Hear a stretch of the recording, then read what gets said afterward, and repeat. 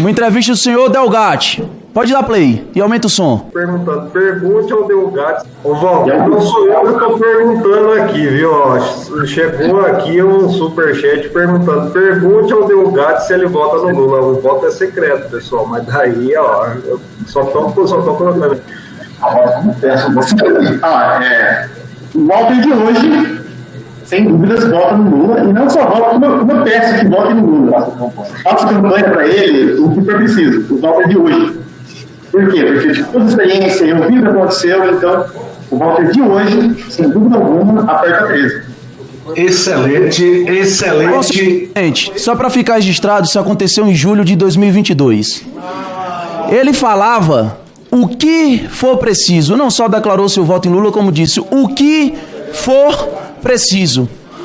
Pouquíssimos meses depois, veja só, senhor presidente, julho, agosto, quando foi o encontro dele, estranhamente, com a deputada Carla Zambelli, em um hotel que ninguém sabe em qual circunstância o levou a estar no mesmo hotel, olhou a deputada Carla Zambelli e teve a brilhante ideia de dizer: eu voto no Lula, eu aperto 13 e faço o que for preciso. Mas vai lá e pede para tirar uma foto. Isso apresenta como hacker que invadiu celulares de dezenas de autoridades, que é o hack da Vaza Jato, que ajudou a esquerda.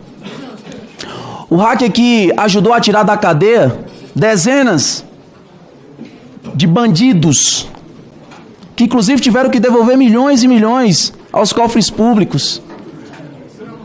E quando se trata dos bandidos, estou falando aqui de muito dinheiro. Muito dinheiro. Destruiu a Lava Jato, aliás.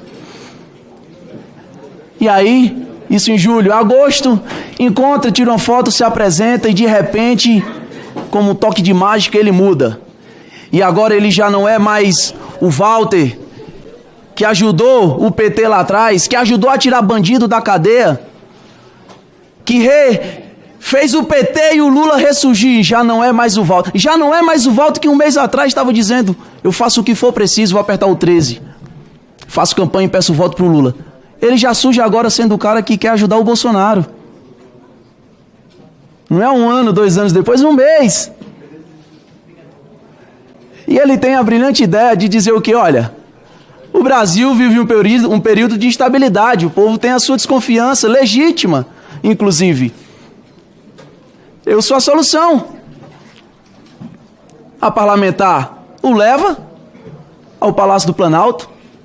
Diga-se de passagem, é o único encontro do mesmo e a única fala do mesmo com Jair Bolsonaro, que ele consegue provar, porque chegar aqui e dizer que falou no telefone 10, 15, 20 vezes, qualquer um fala.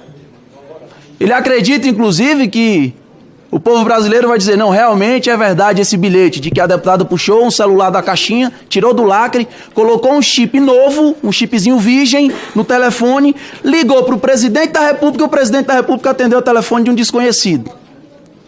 E aí, nesse telefone, falou: ô Delgatti, eu grampeei o Moraes, alguém de fora do Brasil, assume aí. Mas eu não entendo não, porque já passou 1 ano dessa data. E aí, cadê esse grampo? Que conversa bombástica foi essa? Hein?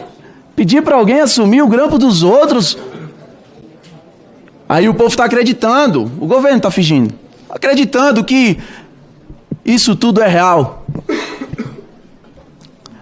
Mas está descredibilizando quando mesmo vem aqui e fala que o dono do código-fonte tem o poder de alterar os resultados, ou de fazer com que dentro daquelas milhões de linhas tenha linhas maliciosas, onde você vota em um candidato e aparece outro. O mesmo falou aqui, e é até bom, senhor Delgatti, que já eu vou fazer algumas perguntas, espero, que fique ciente que está aqui como testemunha.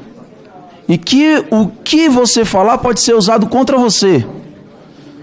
Essas histórias de versões diferentes, que primeiro chega dizendo que foi contactado a fim de testar e provar a confiabilidade da urna eletrônica, e esse foi o seu primeiro depoimento, assim que falou, espetacular. Aliás, o TSE instalou uma comissão, tem a comissão, para verificar isso e colocou o Ministério da Defesa dentro. E se você fala que o seu relatório é praticamente o que consta lá, então você estava ajudando o Ministério da Defesa, que fazia parte de um grupo, uma comissão com o TSE. Mas o primeiro depoimento foi de que estava ali para testar a confiabilidade.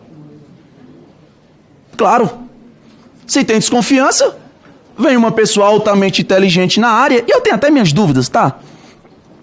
Vem alguém altamente inteligente na área, e eu pergunto, é possível isso acontecer?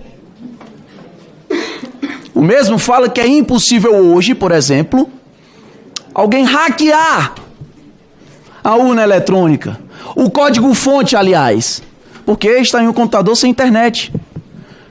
Aí ele diz que foi contratado para fraudar.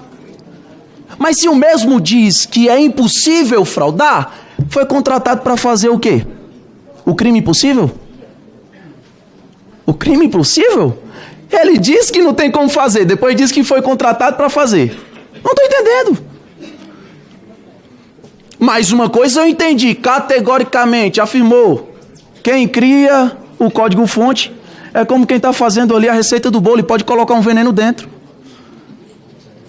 E quando vem a relatora tentar dizer, você queria criar um código-fonte fake, é como querendo jogar aquela peste de fake news.